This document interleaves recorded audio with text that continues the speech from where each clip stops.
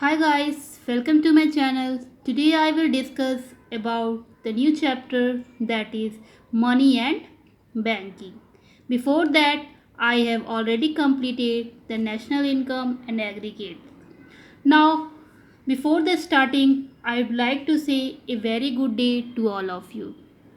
Now come to the topic. The first topic is money.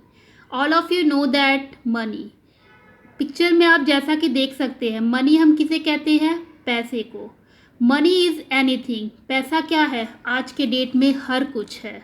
तो which is generally used as a medium of exchange, जिसको हम लोग generally किस चीज़ के लिए यूज़ करते हैं तो medium of exchange, major of value, store of value and means of standard deferred payment. It covers all types of money, ये हर एक तरह के पैसे को कवर करता है, जैसे कॉइन जिसे हम सिक्का कहते हैं, paper notes, cheques, digital money, plastic money जिसे हम एटीएम कार्ड कहते हैं।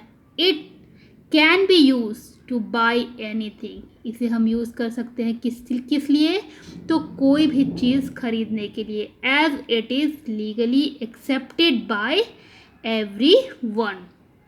It removes the problem of double coincidence of wants, as anyone can buy anything he needs. Now come to the next, that is function of money. Money का function क्या होता है? The function of money are broadly classified as primary function and secondary function. दो functions money के होते हैं, एक क्या होते हैं प्राइमरी होते हैं और दूसरा सेकेंडरी फंक्शंस होते हैं। तो ये दो फंक्शंस है। तो प्राइमरी फंक्शन में क्या होता है medium of exchange and measure of value. इसी तरह सेकेंडरी फंक्शन में store of value and standard of defer payment. Now come to the money supply. Money supply refer to the total money held by public at a particular point of time in the economy. It includes money only held by the public, not the government or banking system. Money supply is a stock concept. Money supply क्या होता है? ये stock का concept है। पैसा हम लोग क्या करते हैं अपने पास रखते हैं और जो हमारे पास जो भी पैसा होता है उसे हम क्या करते हैं पब्लिकली यूज़ करते हैं, नॉट फॉर गवर्नमेंट और बैंकिंग सिस्टम। तो there are 4 measures of money supply. 4 measures money supply होते हैं, वो है as per money and banking classes 12 we need to cover only M1 measure of money supply. हम लोग क्लास 12 में सिर्फ M1 को मेजर करेंगे मनी सप्लाई के लिए। तो money supply is defined as the sum total of the currency. Money supply क्या डिफाइन करता है कि sum total of all currency as well as other liquid instruments in an economy at a given point of time. तो measure of money supply को हम लोग कैसे measure करते हैं तो currency held by public plus net demand deposit held by commercial banks.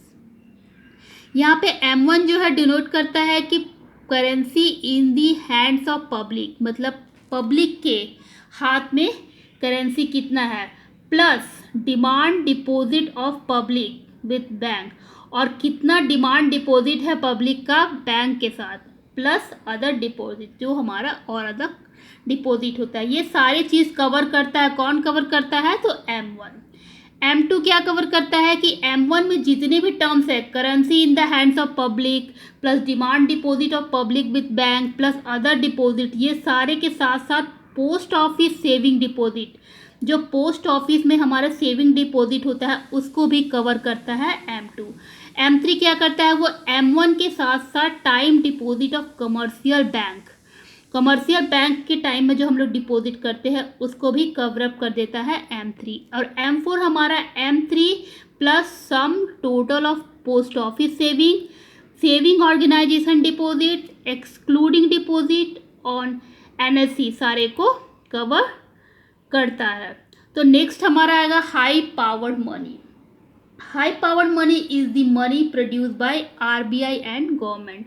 High powered money जो होता है उसको कौन प्रोड्यूस करता है, तो आरबीआई, जिसे हम सेंट्रल बैंक कहते हैं। ये कॉमर्शियल बैंक के द्वारा प्रोड्यूस नहीं होता है, या फिर गवर्नमेंट इसे प्रोड्यूस करते हैं। तो it includes currency held by the public.